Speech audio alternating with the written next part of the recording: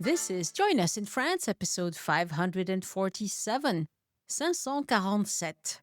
Bonjour, I'm Annie Sargent, and Join Us in France is the podcast where we take a conversational journey through the beauty, culture, and flavors of France. Today, I bring you a conversation with Ken Ives about his magical 25-day journey in France. From exploring historical battlefields and ancient caves to encountering the stunning wildlife of the Camargue, Ken shares captivating stories and hidden gem I think you'll enjoy. This podcast runs on chocolatine, caffeine, and the support of lovely humans like you.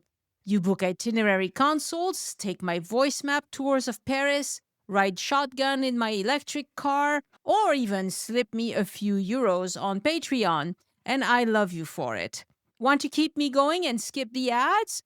There's a link for that in the show notes. Head to joinusinfrance.com/boutique and vive les podcast fans. For the magazine part of the podcast, after my chat with Ken today, I'll discuss the changes coming to French toll roads that you will need to know about. If you want all the links and the full transcript of this episode, you'll find them on the episode page at joinusinfrance.com/episodes.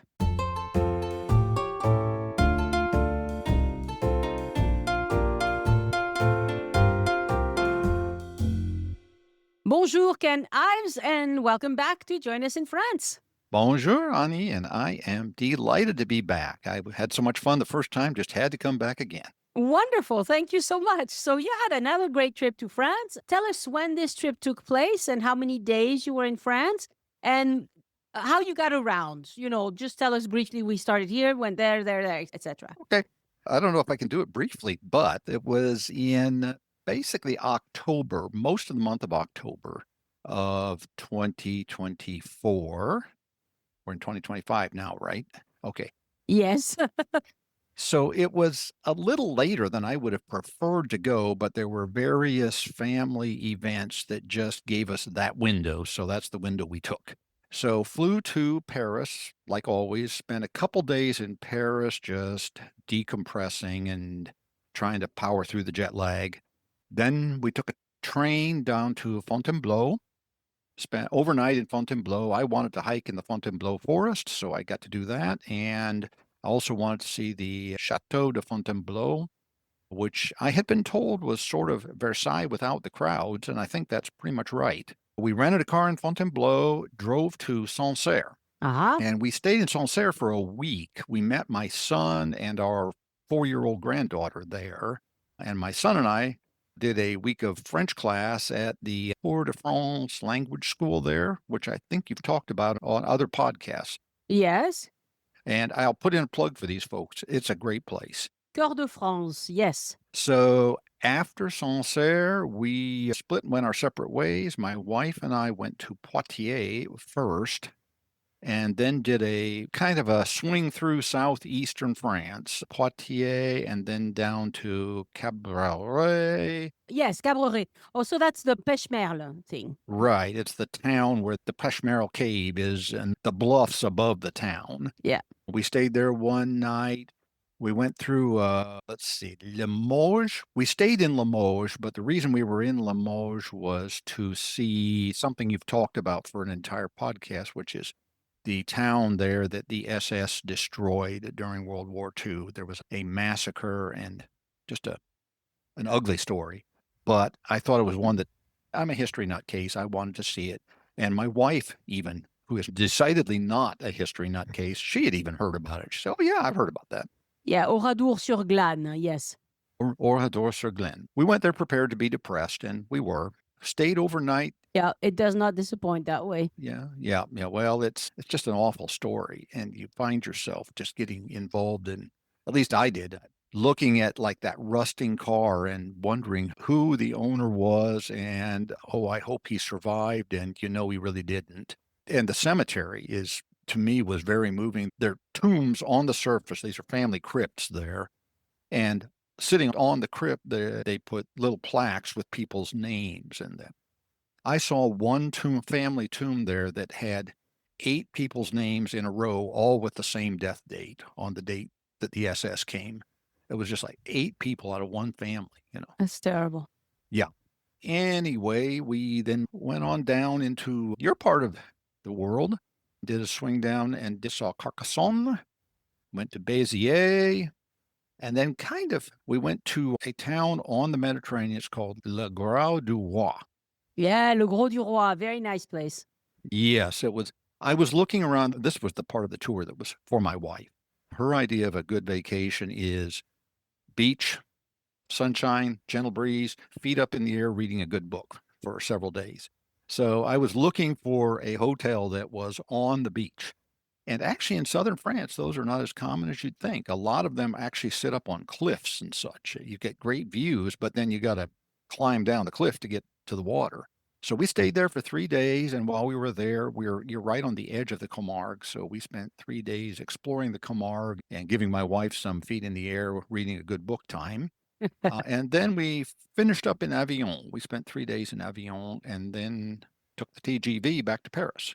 All right, excellent. Okay, so we've decided, the two of us, to concentrate on a few things that you particularly enjoyed and that we haven't talked about so much on the podcast.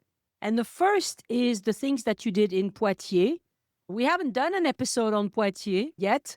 So tell us what you found that you really enjoyed in Poitiers. Okay, well, I should warn everybody that we only just barely saw the city of Poitiers. We were close, but I went there because I specifically wanted to go to the Poitiers battlefield. There were actually 2 battles of Poitiers, by the way, in history. We're talking about the one during the 100 Years' War. One of the most important battles in French history, and the French, I don't think, even talk very much about it, probably because the French suffered just a horrible, humiliating defeat. They had all the advantages, and the English beat them anyway. In fact, the King of France was captured, one of his sons was captured, and a whole slew of knights and counts and bishops and such all were captured and imprisoned in England and ransomed. In fact, King John of France actually died in England. France never raised the entire ransom. Raising the king's ransom bankrupted France for the next, like almost a century. So it was quite important in French history. Like most medieval battles, we don't know a heck of a lot about it. We do know we know where it happened, and a small piece of the battlefield has actually been preserved as a park. The rest of the battlefield is private property. There are houses on it, so you can't necessarily see it. But you can go there, and for me, I could go there and sort of envision the armies fighting there. So anyway, I want to go for that. And that's called the Bataille de Poitiers? Yes, I think there's let me look at my map real quickly. What you'll find, at least on Google Maps, it's called the Mémorial Historique Champ de Bataille. If you put in your browser Battle of Poitiers, 1356 was the year. You have to specify which one. Yeah, because there's a 700 and something as well, like you mentioned. Yeah. Yep. And that one happened north of Poitiers. This is actually a little bit south of Poitiers, right on the Moisson River. You have to find it because it's not on what is now a main road. But there's a long ridge there that the British used to great effect. Anyway. And beat the crap out of us another time. They did, yes. The 100 Years' War is a great study in how to lose all the battles and still win the war. Yeah, yeah. Because in the end, France came out ahead, but it took 100 years. Yes. So we went, saw the battlefield there. Near the battlefield, there's also a medieval abbey. It was there during the Battle of Poitiers and actually figured slightly in the battle. At the time, it was called the Abbaye de Noailles, and it's now, there's a couple towns merged, so it's now the Abbaye de Noailles-Maupertuis, hyphenated. But nonetheless, that was really a neat place. It's something that, it's off the beaten path and nobody's ever seen it. In between, there's the Moisson River, and the valley of the Moisson River is a very popular place for hiking. There's an area called the Bois de la Garenne, pretty much between the battlefield and the abbey along the Moisson River, that's just crisscrossed with hiking paths and just a neat area. Yeah. So you got all the things I like here. You've got history and you've got hiking, and I'm a happy camper. Yeah. That's good. And the town, I should mention the town of Noailles-Maupertuis. I'm trying hard here, is a very small place. There's one restaurant there and nothing much in the area. So one of the restaurants we went to was in Poitiers, and you would never think that I'd be singing the praises of a fast food restaurant, but I'm going to sing the praises of this one. I had never heard of it, but there's a small chain of fast food restaurants. I think they have maybe 15 or so scattered across southern France, and it's called Le Brut Butcher. Le Brut Butcher. The Brute Butcher. That chain was founded by a family of butchers, and they are all about the meat. They're not about anything else. It's the meat. They advertise they use only the highest grade French Charolais beef. And you know what? You can get a hamburger. My wife did, and she said it was a really good hamburger, but you can also get steak. Uh-huh.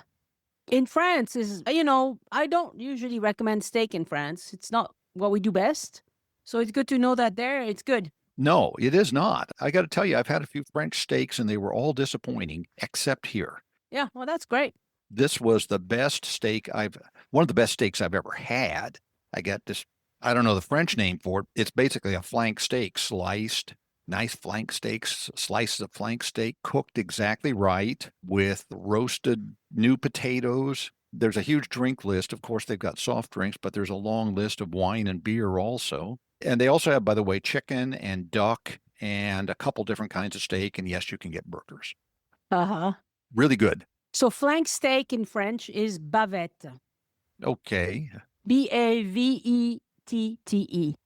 Okay. It's also one of my favorites because it's usually tender. It was really good. And, you walk in and they've got this automatic kiosk. We went in there and it took us a while to, read and figure out because my wife speaks almost no French and I speak enough to get by. But we ordered, then you go to the counter and you pay and they hand you your drinks and they hand you one of these pager gizmos. You go to your seat. It was maybe 3 or 4 minutes later, the pager goes off and I went and get our burger and our steak and it all comes in cardboard trays. Okay. Yeah. It's not high dining, but it was really good. We were both really impressed with it. So anyway, so we went in there for dinner that night. And the next day, after we toured the Abbaye de Noyer, we went to the only real restaurant in the town, which I think was called L'Auberge de l'Abbaye. It's a kind of a bar/restaurant, but really small place, very friendly, very informal. And I like that too. So anyway, we had a lot of fun there. Very good. Sounds like it's a fun area and not one that a lot of people have mentioned. You have a knack for going places that other people don't. I do. You'll frequently find me out on the farthest point of land, sticking out into the farthest ocean away from wherever I am, or on the top of the highest mountain or something. I just have this thing about that. Yeah, yeah. And my wife has suffered through it we just had our 50th wedding anniversary. So she's suffered. Oh, wow. Congratulations, you guys. Through it for a few years. Yes, for a couple of years, yes. So I just found this abbey you were mentioning, Abbaye de Noyer-Maupertuis. That's quite a mouthful. Yes, it is. But it looks very nice. It looks very medieval. Let's put it that way. It's medieval. It's a walled, fortified abbey with a moat around it. Now, the moat and the fortifications were not there during the battle. They did it after. They're a later addition, probably. I mean, this was not a safe place to live during the 100 Years' War. Yeah. But anyway, by the 20th century, it was pretty much in ruins. And I believe that it's now I think it's owned by the town. I think it's owned by the town of Noyer-Maupertuis. And they've done some restoration. And it's small. I mean, you can walk through and see pretty much everything you're going to see in 15 or 20 minutes. But then if you want to, you can do a hike around the moat and such, and then out into La Gardiane. We spent a couple of hours in the town altogether. That's cool. Yeah, so very nice. There is a church in the abbey that is open sometimes and not others. If the church happens to be closed, you can go get the key from the mayory, the mayory is actually in the abbey gatehouse. And so we did that, and somebody there picked up the key, which was this big, it's a key that's like a foot long. It's got to be original.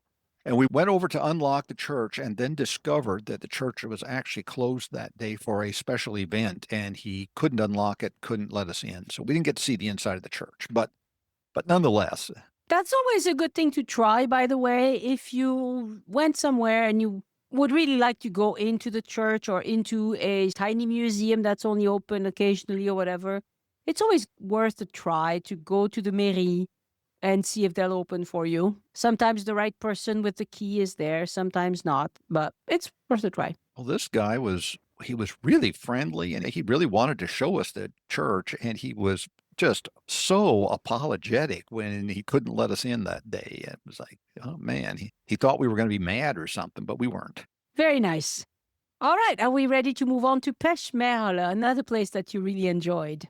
Oh, yes. Pech Merle is near Saint-Cyr-Clapopie, so it's closer to Toulouse. Right. The Lot department, I believe it is, if I remember right. I think so, yeah. And it's a beautiful, beautiful painted cave. So tell us why you enjoyed it so much. Most of southern France is underlain by limestone, which means that you've got caves all over southern France. And something on the order of 200 of those caves, they've discovered Paleolithic cave art, stuff drawn on the walls by very early humans in Europe. Out of those 200, there's just a handful of them that you can actually go in. Those paintings, obviously, they're delicate. They cannot be replaced. You can't screw this up. And we have screwed it up a couple of times. I'm sure you're familiar with the story of the Lascaux cave. And my understanding is that many of the paintings in the Lascaux cave you can't really even see anymore if you could go in. They don't let anybody into the cave, but they're still trying to control the damage that was done by tourists.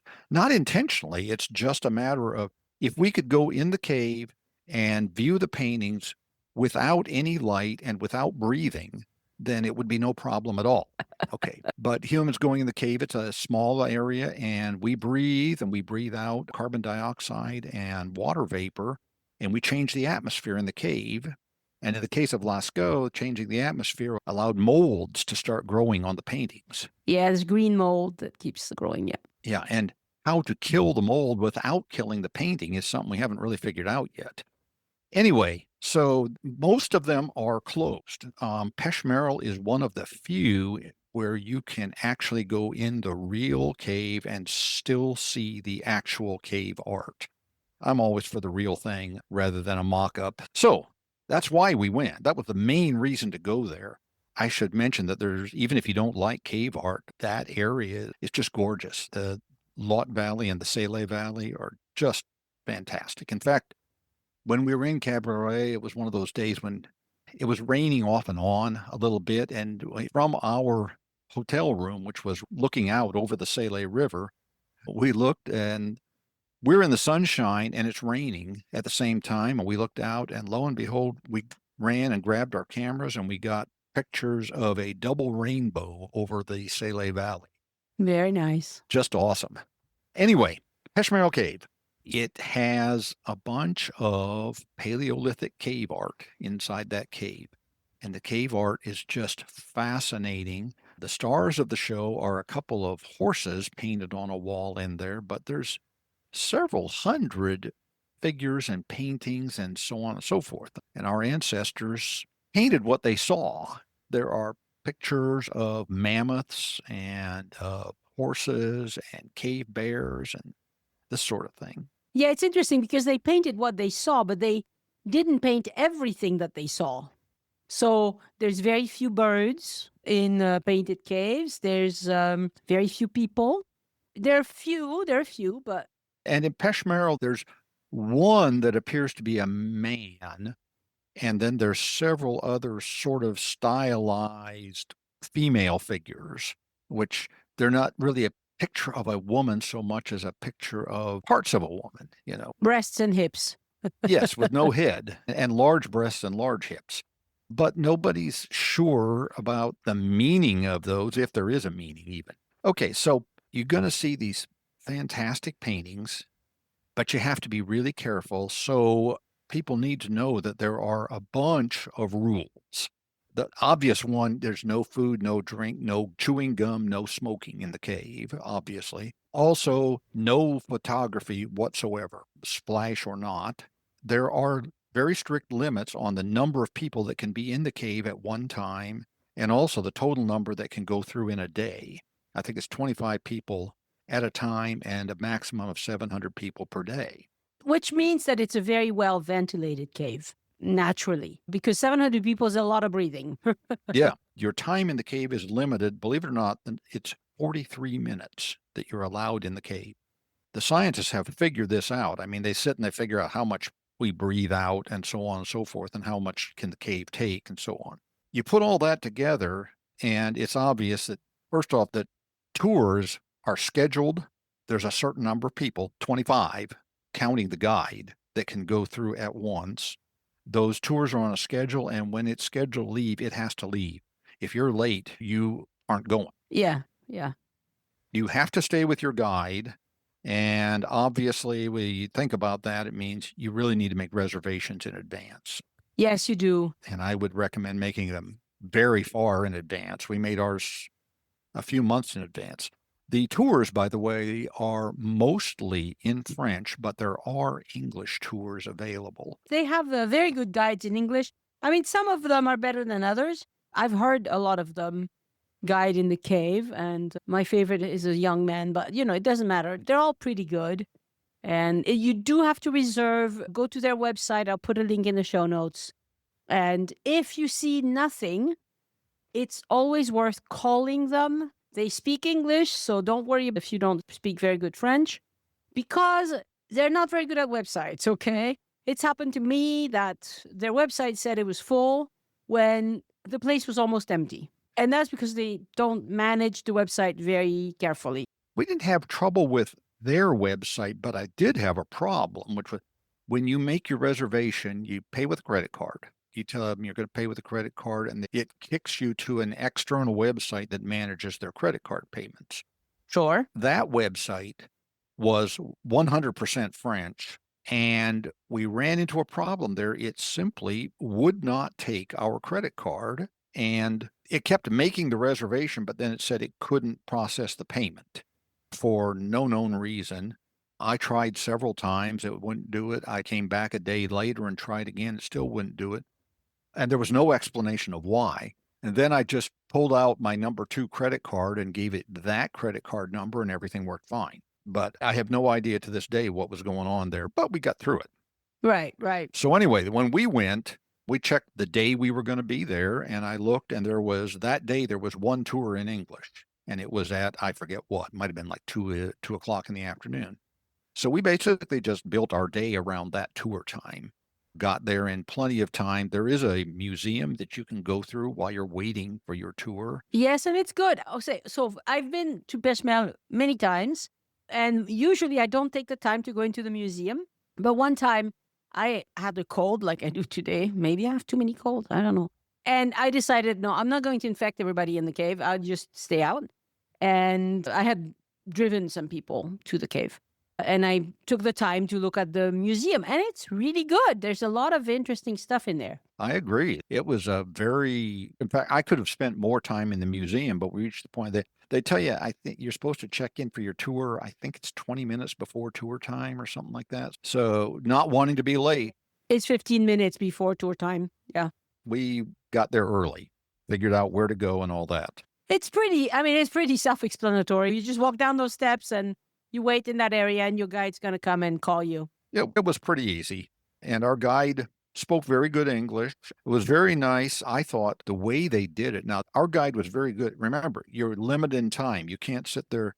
You would like to sit and look at that painting for 20 minutes, but you can't. You have to look and then move on. And she was very good at keeping us moving and also making sure that everybody could get there and see what they wanted to see. And the way they do that, by the way, if you think a cave, it's very hard to get 25 people in one spot in a cave. In fact, you can't do it. So what they do is when you start your tour, they give you a little, I guess it's a little radio receiver. It kind of looks like the old Walkman with this little thing, and then a set of earbuds. And The guide has a microphone, and when she talks, you can hear it in your headset. So you can hear her even if she's up at the front of the group and you're clear at the back, you can still hear what she's saying, and she can tell people in the back, okay, you folks move on up now, that sort of thing. The other thing they do, by the way, people should be aware of is, again, we're trying to protect the painting, so no more lighting than is necessary. You walk into a part of the cave, the guide turns the lights on. As you walk out, she turned them back off again. So most of the cave is in darkness, except when there's actually people there. Yeah, and it's also great because you gather around and she tells you where to stop, and then she turns on the lights. You're like, oh, Yeah, yeah. And she had a couple technical problems with the lighting and just but managed anyway. There was one area of the cave where the lights wouldn't come on for some reason. So she had a small, like a pen light, and she used that. She had two of them, and she put one on one side, and then she stood on the other side so she could illuminate the painting for us so we could see it. Oh, I've never run into that problem. Oh, interesting. Yeah, yeah, it was interesting. Now, one thing everybody seems to be interested in, how old are these paintings? And that turns out to not be as easy a question to answer as you might think. What I can tell you after digging around a lot is that Pech Merle, one of the reasons it was so well preserved was that our ancestors used that cave. By the way, cave bears and all other kind of animals did too. And then at some point there was a rock fall that blocked the entrance. So nobody went in for a long time. And then I believe the 1920s, some kids found another entrance. It was small, but they were able to crawl down through it and get into the cave. And it turned out that the local priest was an amateur historian, archaeologist, and he encouraged the kids and he helped explore the cave and document everything there. Anyway, where I'm going with this is that the scientists have been able to date that rock fall at about 10,000 years ago. So first thing we know is that everything in the cave is more than 10,000 years old.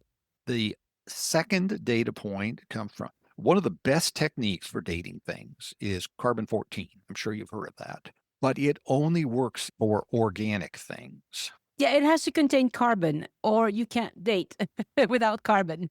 Yeah, and the paintings in Pech Merle, in some caves they used soot.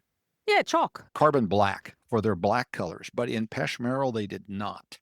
The paints there are all inorganic, so you can't date them. But on one of those horses, those stars of the show, those horses, up in the mane of one horse, the scientists found a little particle of charcoal.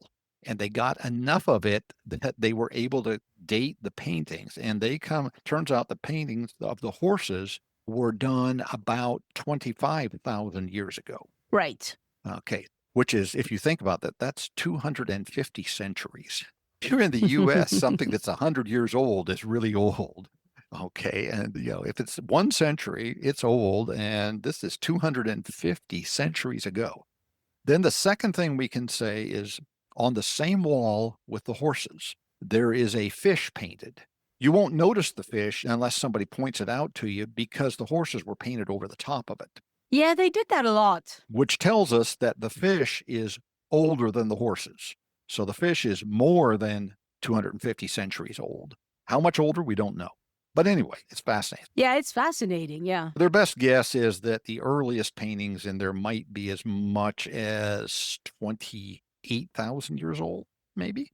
But for example, that fish, we know it was painted before the horses. It could have been 10 minutes before, or it could have been 1,000 years before. Just don't know. Right. We don't know. Yeah. And Pech Merle is a pretty easy cave to visit as well. I mean, there are some steps, but it's developed well. The path is all paved. Oh, yeah. So it's smooth, Paved path, and there are lots of handrails and such. This is not always the case. There are some caves you visit in France that are pretty rough, like Nio, for example. Further south, the Grotte de Nio, it's not as easy to visit. My wife and I were in our mid-70s, and my wife is starting to have some mobility problems. She has some metal joints that walking is something that she doesn't want to do a whole lot of. And she was able to negotiate the cave just fine. And she said, her comment about it was, she said, even without the paintings, the cave is really neat. It's true. Yeah. Yeah, she really enjoyed it. And you're limited to 43 minutes, so it's not going to be a real long hike. And it's mostly level. There are some steps, and obviously it's not even, but my wife managed it okay. I managed it fine. It's one of them that where you don't need it to be in, there's others. Fond de Gomme, for example. To get to the entrance of Fond de Gomme, you need to hike, I don't know, it's perhaps a kilometer all uphill. So there are some people who would find that difficult just to get to the entrance. Well, if you had to go in the entrance that those kids used, it would be a whole different matter, but Correct. they've actually made a new entrance into the cave. They have done a little bit of modifying in the entrance that you use now is not natural. Right. And there's also one area where the painters practically had to lay on their backs to paint, and they had to crawl in there to do it. Well, that area they've actually dug down right through the rocks, and you can see where the floor of the cave was, and it's up at my chest is where the floor of the cave was. You'd be on your hands and knees crawling through there to see those if they hadn't done that. Yep. One other thing we should mention, we talked about cave paintings. There is one other thing that's pretty interesting. Well, there's a couple other things interesting in there. First off, if somebody points them out to you, you'll be able to see these depressions in the ground where cave bears hibernated. And you can also see big scratch marks on the walls made probably by cave bears and cave lions. The other thing that blew my mind was one area of the cave where there's a depression that had some, I guess I'd say mud in it. The mud is pretty dried out now, but in mud, there are human footprints from Yeah, including a little kid. 250 centuries ago. According to the experts who measured them and tell us what shoe size the kid would have worn had he been a modern kid, they say as a kid who was about a human, probably about 10 to 12 years old, walked through that mud, 250 centuries ago and left footprints that are still there. Yeah, it boggles the mind. It is lovely. And the other good thing about this place is when you go to Pech Merle, the nearest attraction is Saint-Cyr-la-Popie, which is a beautiful medieval village. And also there's a beautiful path that you can hike between Bouziès and Saint-Cyr-la-Popie along the river. Did you do that one? I did. Well, we did. We started at not Sancerre-la-Popie, the other end of it. That's Bouziers, which, by the way, just the bridge to get into Bouziers is interesting. It's old. Old one-way bridge. You crawl up on your car, you crawl up to the bridge and look to peek up to see if anybody's coming from the other way. And if they aren't, then you go ahead. And if they are, you back up and let them come across. Anyway, yes, that's a very easy path. It's an old towpath, as you said. And we started there and walked towards Saint-Cyr-la-Popie. Didn't go all the way. Right. It gets steep as you get towards Saint-Cyr. The interesting part is before you get there anyway, there's an area there where naturally, we're talking a valley with cliffs on both sides. Well, in one place, the river has swung over and the river is right at the base of the cliff. There's no place for a path, so they actually cut the path into the cliffside. And when you walk through there, it's like walking through a tunnel with one wall missing. You're walking along and above you is rock. On one side is rock, under your feet is rock, and on the other side is open air. The river. Really cool. You walk past one or maybe even two locks that were built around small rapids in the river so that, canal boats could get past them. And these locks were being renovated last time I was there. They're probably done by now. Yeah, I understand there are still canal boat tours you can take on the Lot River. Yes, and because they were renovating the lock, they had modified the path. Well, we're recording this in January 2025. By the time this episode comes out, probably it will be all done, all renovated, and you'll be able to. That's one of the joys of this area is you can take little boat tours, you can take little hikes, or longer. If you want to go on a long hike, you can too. There's plenty of that as well. Yeah, there are hiking paths along the Lot Valley and the Salé Valley all over the place. You can actually, if you want to, you can, say, come down the Salé Valley and then walk up the bluff. There's a path that goes up the bluff all the way up to the Pech Merle Cave if you wanted to, if you're on a week-long hiking trip and want to take a detour to see the cave. Well, the Camino people, the people who walk to Santiago de Compostela, that's one of the paths that they can take. Right. So definitely some serious hikers going through there. And when I was there last time, they had a triathlon was organized, and they were running through the town of Saint-Cirque-la-Popie, and they had come up all of that hiking path, and that was the running part. They had done bikes before and swimming, and anyway, there's often events going on in this area because it's gorgeous. And even in Cabaret, there's actually they call it Cabaret Beach. We were there in October and it was pretty cold, chilly, and the water was pretty chilly. But I've seen pictures. There's a huge sandbar, and I have seen pictures in the summer where that sandbar looks like a Mediterranean beach. There are people out there in beach chairs and towels and all that sort of stuff. This area is full of campgrounds. French families love to go camping. And so this is an area where you can set up your tent at a municipal campground and you don't pay very much and you can go, boating and hiking and all of these good things. The whole area is pretty neat. We went from there to Rocamadour, and that's another fascinating place and That's also beautiful. Yeah. just gorgeous, you know. And it was just a short, I think it was 2-hour drive, something like that. Yeah. It's not right next door, but it's doable. And so anyway, it's a great area, that whole department. Fantastic. The last part of your trip that we want to talk about is you went to the Camargue and the Parc ornithologique du Pont du Gau. So that would be a bird sanctuary. And your wife particularly liked that. Tell us about that. Okay. When we got to the Mediterranean, we got a hotel for a few days at Le Grau du Roi, which sits right in the corner of the Camargue. Yep. If you've been to southern France, but you haven't been to the Camargue, you would think southern France is pretty rugged. There's lots of hills and cliffs and, that sort of thing, like we were just talking about. The Camargue is the exact opposite. It's the delta of the Rhone River, which I think may be the biggest river that's in France, is it not? I think it's the biggest river that's totally in France, not counting the Rhine. I believe that's true. Could be. Could be. I don't know. Anyway, for Americans, if you've ever been in the Mississippi Delta, you'll know what I'm talking about here. But it's basically a triangular area. The Rhone River flows through it. There's actually a couple branches of the Rhone River, right around, I think at Arles, the Rhone River actually splits into two pieces, both of which flow into the ocean separately. So we're talking at a triangular area, and if you can imagine that the top point of the triangle is about at Arles.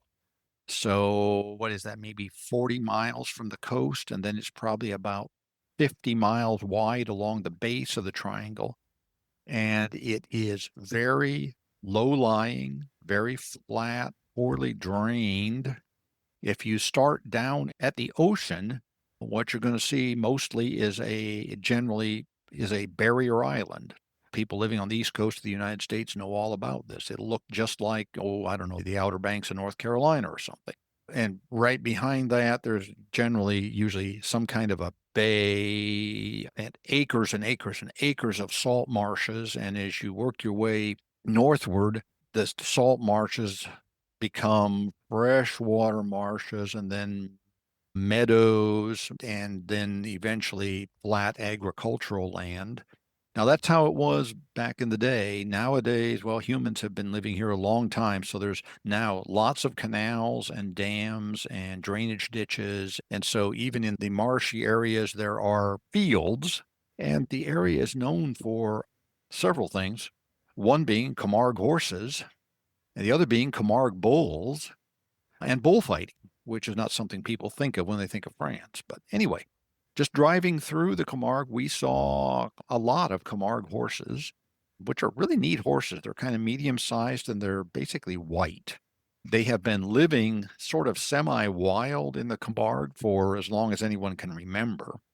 And I saw there was some recent DNA studies somebody did that indicate that population of horses probably has been living there since the Ice Age. They are native to that area, it appears. Very cool. Anyway, so flatland, we're talking horses, you're talking bulls, there's Lots of birds, which we'll get to in a second. Agricultural land, they are known for, well, it's low-lying, so there's Camargue rice, which is good stuff, by the way, and it's France, so there are wineries. There's also a large salt industry, and we actually toured the salt industry there, and that was pretty neat. We might talk about, if we have time, we might talk about that for a little bit. But it's also a large part of the Camargue is natural preserves of some sort or another. Right. And the one you specifically asked about is, well, I think it's the whole thing altogether, I think it's called the Parc Naturel Régional de Camargue. Yes, it is. Yes. And then the one that you were specifically asking about was the Parc Ornithologique de Pont de Gau, which is on the road down to one of the few towns on the coast there is called Sainte-Marie-de-la-Mer. And on the way to Sainte-Marie-de-la-Mer, you pass the Parc Ornithologique de Pont de Gau, which is a large bird sanctuary, preserves some ponds and shallow saltwater marshes. So we stopped there, parked in a fairly small gravel parking lot, and went for a walk. I think we were there for 2.5 hours, something like that, and started walking. And yes, you'll see water birds. I mean, we saw herons and those sorts of things, you know. But after the first, I think we probably walked about 30 yards, got to where we could see the first pond, and we saw our first 1,000 flamingos. It was just stunning. These guys are everywhere there. In the Yeah. rest of the Camargue, wherever you see water, look and you might see one or two flamingos. Here, thousands of them. I mean, you can't imagine it. But I know my wife we were walking, we came around a curve in the path and there's that pond full of flamingos. And she just stopped and looked and just said, oh, wow. Yeah. Yeah. So anyway, They are beautiful. you want to see flamingos? This is the place to go. They are the stars of the show. And yes, there's egrets and herons and stuff there. And if you're a real bird person, you'll notice those. And everybody else is just going to be staring at the flamingos. Yeah. And I mean, flamingos migrate, but those don't. They seem to have acclimated to staying there year round. I got that impression because now we were there, remember, it was October and it was chilly. And I was wondering when we went, I wonder if we'll see flamingos or if they will have migrated away. But no, they appear to be there forever. Yeah. So long as there's food, birds do fine. Well, not all birds, but Yep. Yeah. There's apparently plenty of food in the water there. Flamingos need a specific environment. They need shallow water. They don't like anything. They don't swim. They wade around on these big stalk-like legs. And generally where they're walking, the water is no more than a foot or so deep, something like that. And they're just nosing around underwater, doing whatever they do with that curved bill of theirs. They digging up something and eating. yeah. And they are beautiful creatures. Oh, yes. They're really fun to watch. Like if you take the train, say from Montpellier to Barcelona, the train's going to be riding down along the Camargue and you will see some flamingo for sure. But it's true that seeing like 1,000 at a time is like, whoa. Yeah, it was one of our better stops. And like I said, my wife enjoyed it a lot. I enjoyed it. And again, we're talking there are a few miles probably of paths that you can walk around all these ponds and such, but they're all very well signed, easy to find your way around, and we're talking flat here. We're talking as flat as it gets. I don't think the paths were not asphalt, but they were like hard packed gravel and easy to walk on. My wife had no problem at all walking around there. And some places she walks for a while and then says, I'm getting kind of this, my knee's starting to hurt or my hip's starting to hurt. How much farther should we go? Yeah, this place, she was not talking about how much farther should we go. She kept going. She kept going, and I never heard about her joints while we were there.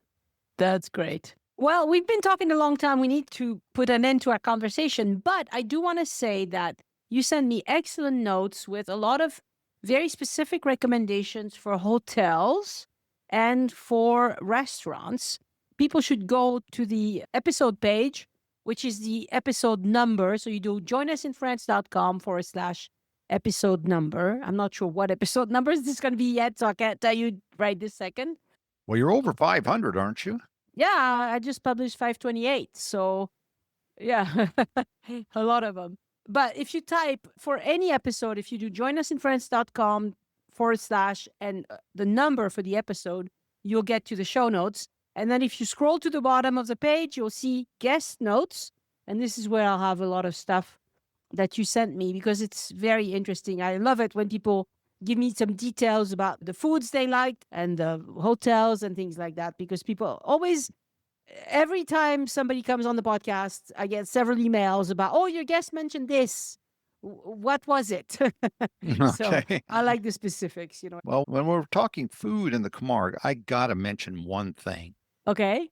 And this was one of those accidental discoveries. I'd never heard of it, but after the park ornithology, we drove on down to the beach to Saint-Marie-de-la-Mer. Beautiful beach. Yeah, a beautiful beach. The day we were there, it was cold and windy and the sand was blowing and it wasn't so beautiful. But we went to a restaurant there, and on the menu, there was something called gardiane de taureau. Huh. I had never heard of this. And so I tried it. Turns out it's a Camargue thing. You can find it on restaurant menus all around the Camargue. Ah. And gardiane de taureau, as I understand it, that gardiane de taureau is, I guess, the best English translation would be a cowboy, the guys that take care of the bulls. So gardiane is the people who guard the bulls. Yes. Hmm. So anyway, so this might be, I guess, if you wanted to translate it, something like cowboy stew or something like that. Well, I mean, it means it's made of bull meat. Yes. So it's a bull meat something or other. Yeah. So to make gardiane de taureau, you need to make the authentic thing. You need those Camargue bulls. You need meat from the Camargue bull. You cut it up in kind of cubes, and then you marinate it overnight and then cook it for a long time in red Camargue wine and some spices, and you throw in a few, probably carrots, that sort of thing. And you cook it and until the meat is tender, which takes all day. Yeah. And you end up with this meat and some carrots and onions and such in a kind of a thick red wine sauce. And then you serve that on top of Camargue rice. Have to have the Camargue rice. Of course, of course. My first one, there was actually the pile of stew meat and sauce in the middle of the plate. On one side was a pile of Camargue rice. On the other side was a pile of French fries, all with the red wine sauce poured over top of them. Anyway, Nice. I was just head over heels fantastically in love with this stuff. It's a little bit like, actually similar, I would say, to beef burgundy, except to me, the sauce was thicker and had a stronger flavor. Anyway, so I had it like 3 different times, I think, while we were in the Camargue. Wow. And again, it's something I'd never heard of and just stumbled on it by accident and just loved it. So that doesn't always happen. I mentioned in my food notes, there was at least one thing I tried in France today. Glad I tried it, won't try it again, you know? All right, Ken, thank you so much for talking to me. You have been very interesting, very well. You study this stuff. It's great. I love it. Well, I told you I'm a history nutcase and then a secondary interest in geology. So put me in a cave, and especially a cave with paintings. I'm like ecstatic. Exactly. Or give me a battlefield. My poor wife, she usually sits while I hike across the battlefield, you know. Yeah. And she sometimes sits for a couple hours while I hike in the footsteps of, oh, well, around here, it's those Confederate soldiers or Union soldiers, but battlefield, I'm in, you know. Painted cave, I'm in. Thank you very much, Ken. And hopefully I'll have you back on the podcast after your next adventure in France. After our next adventure, yes. Well, the next adventure is in my wife's ball court, and she's saying Ireland. But then the year after that, I think back to France. Very good. Merci beaucoup, Ken. Okay, au revoir, Annie. Au revoir.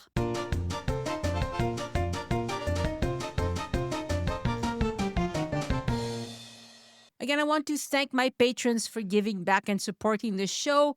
Patrons get several exclusive rewards for doing that. You can see them at patreon.com/join us. Patreon. Join us, no spaces or dashes. I'm pre-recording a few episode intros right now, so no new shout outs today. But I haven't forgotten you. Every single patron helps the lights on at Join Us in France. If you've been enjoying the show and want to give back, consider joining us on Patreon. It starts at just $3 a month, and you'll get access to exclusive rewards and ad-free episodes as soon as they're ready. Visit patreon.com/join us to learn more. And if you're already a patron, thank you so much. And to support Elise, of course, go to patreon.com/EliseArt, ELYSART. I won't have any new reviews of my voice map tours to share, but if you're curious about what other people think about those voice map tours of Paris, head over to joinusinfrance.com/VMR. VMR stands for Voice Map Reviews. You'll find lots of feedback from fellow travelers who walked the streets of Paris with me in their ears. Maybe your review will be the next one I read. Podcast listeners get a big discount for buying these tours on my website. It's best for me as well because I get to keep more of what you pay instead of giving it to Apple or Google. But if you buy from my boutique, it's a manual process, so don't expect it to be instant like it would be if you were buying directly from VoiceMap app. But most of you listening to me plan their trips ahead of time, so it shouldn't be a problem. To use your code OpenVoiceMap, tap Tour Codes at the bottom right, enter the code, and download the tour. You own it forever. Even if you change phones, just log into your VoiceMap account to access everything again. The tours work without data as well because the audio, images, and maps are downloaded to your phone, and GPS works anywhere, even without cell service. Best of all, you can listen in virtual playback from anywhere in the world. Perfect if Paris is not in your immediate plans. Take me in your pocket with my voice map tours. And if you're planning a trip to France and you need some expert help, you can hire me as your itinerary consultant. It's a busy season, so book early at joinusinfrance.com/boutique. Usually I have openings within a month, but right now it's more like 2 or 3 months, so don't wait. Now, changes are coming to French toll roads. If you've heard about changes on the A13 and the A14 autoroute between Paris and Caen, it's because a lot of things have changed. If you're planning to drive in that area during your next trip to France, here's what you need to know. The old toll booths, gone. They've been replaced by a flux libre. That's a barrier-free toll kind of area. Sounds great, right? It is, if you know how it works. Because no, these autoroutes are not free. And yes, people are getting caught off guard. So here's the scoop. You can pay your télépéage badge if you have one. Most visitors do not, so we can forget about that. Or you can pay online after your drive at sanef.com. That's SANEF, the website of the company that manages that highway. No badge, no website. You can also pay at a tobacco shop. That's a participant. And some tobacco shops participate. They're called Mirio Buraliste. Now, if you don't pay within 72 hours, you'll get a fine, and it's steep. The original toll jumps by 90 euros. But if you pay within 15 days, the penalty is only 10 euros more than the base toll. The system uses cameras to read your license plate as you drive. It's efficient, better for traffic and pollution. And yes, they've added lots of signs to let people know about this, but some drivers still say it's confusing. So if you're renting a car in France and using these autoroutes to go specifically for now between Paris and Caen, keep this in mind. Don't wait for a bill. Go check the SANEF site, SANEF. Do that proactively. And maybe bookmark the sanef.com site before your trip. Voila. Drive happy and no surprise fines. And again, now this is only between Paris and Caen. They're trying it. But if it's a success, you'll know they'll expand it. So I'll keep you updated when I know more. My thanks to podcast editors Anne and Christian Codovan, who produced the transcripts and the audio. Next week on the podcast, an episode with Elise about the amazing Marquis de Lafayette and why he was beloved in America but controversial in France. History buffs are going to love that one. Thank you so much for listening, and I hope you join me next time so we can look around France together. Au revoir. The Join Us in France travel podcast is written, hosted, and produced by Annie Sargent and copyright 2025 by Addicted to France.